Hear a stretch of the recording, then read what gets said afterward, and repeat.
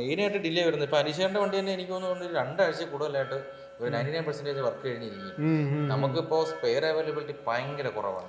നമുക്ക് മിക്കവാറും പാർട്സുകളൊന്നും കിട്ടാനില്ല. ഈ ക്രാഷ് കാർഡ് നമ്മൾ മുമ്പ് 4200 കൊടുത്തോണ്ടിരുന്ന ക്രാഷ് കാർഡ് ചെന്നൈ സാധനം, അത് നമുക്ക് 4200 കിട്ടുന്നത്. ആ സാധനം ലാസ്റ്റ് ഒരു വണ്ടിക്ക് തപ്പി പിടിച്ച് കിട്ടി. പക്ഷെ അന്ന് അതിന് 4800 രൂപ വില. അത് കഴിഞ്ഞ് പിന്നെ അത് കിട്ടാനില്ല. അതേപോലെ തന്നെ പല പാർട്സും നമുക്ക് കിട്ടുന്നില്ല. ഇപ്പോൾ ക്ലാസിക്കിന്റെ ആയിക്കോട്ടെ, ഓൾഡ് മോഡലിന്റെ ആയിക്കോട്ടെ, വെറിയർ മഡ്ഗാർഡ് കിട്ടാനില്ല, ഷോക്ക് ഓബ്സർ കിട്ടാൻ പാട്. മൊത്തത്തിൽ ഇപ്പൊ പ്രശ്നമാണ്. ഇതിൽ ഏറ്റവും പ്രശ്നം നമുക്കാണ്. മനസ്സിലായി. പണി തീർക്കാൻ പറ്റുന്നില്ല, ഡിലേ ആവും. നമ്മളിപ്പോ 90% പണി തീർത്ത് വെച്ചാലും ഈ വണ്ടി കൊടുക്കുമ്പോഴേ ലേബർ മേടിക്കാൻ പറ്റും. അതെ, സ്ഥലവും പ്രശ്നമാണ്.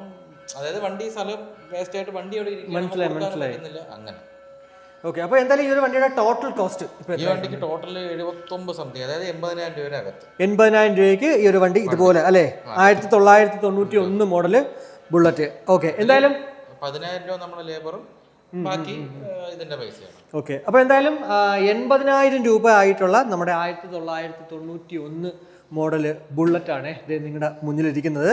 ഇതിന്റെ കളർ മുന്നേ എന്തായിരുന്നു? ഇത് മുന്നേ ബ്ലാക്ക് ആയിരുന്നു. ഈ ടാങ്ക് നമ്മൾ ചേഞ്ച് ചെയ്തതാണ്. ഇതിന് ടാങ്ക് പാഡ് വെക്കാനുണ്ട്. ഓക്കെ, പിന്നെ ബ്ലാക്ക് പാഡ് അല്ലേ? അതെ, ബ്ലാക്ക് പാഡ്. പിന്നെ മെയിൻ ആയിട്ട് നമ്മൾ നോക്കുന്നതെന്ന് വെച്ചാൽ ഇപ്പൊ എന്റെ ഒരു കൺസെപ്റ്റില് നമ്മളെ ഭാഗത്ത് റീസ്റ്റോർ ചെയ്യാൻ വരുന്ന ഒരു വണ്ടി. അപ്പോൾ എന്നെ സംബന്ധിച്ചിടത്തോളം പറയുകയാണെന്നുണ്ടെങ്കിൽ ഇപ്പൊ എല്ലാ കസ്റ്റമറും കാശ് ഉണ്ടായിട്ട് വണ്ടി പണിയുന്നത്, എല്ലാവരും ആഗ്രഹത്തിന് പൈസ കൊപ്പി ചെയ്യുന്നവരാണ്.